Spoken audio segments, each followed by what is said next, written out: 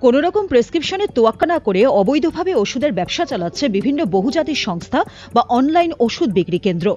এই সমস্ত সংস্থা থেকে বেআইনিভাবে নেশার ওষুধ সহ অন্যান্য ড্রাগস বিক্রি করা হচ্ছে।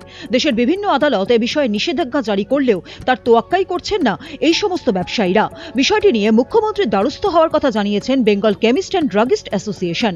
মঙ্গলবার সংগঠনের 104তম জন্মদিন পালন করতে গিয়ে ক্ষোভের সঙ্গে একথা জানালেন সংগঠনের জেলা সম্পাদক চন্দন মুখোপাধ্যায়। এদিন দুপুরবেলা বিদ্রোহী মোড়ে কেক কেটে বিভিন্ন অনুষ্ঠানের মধ্যে দিয়ে পালন করা হয় সংগঠনের জন্মদিন। পরে কয়েকশো দুস্থ মানুষের হাতে কম্বল তুলে দেওয়া হয়।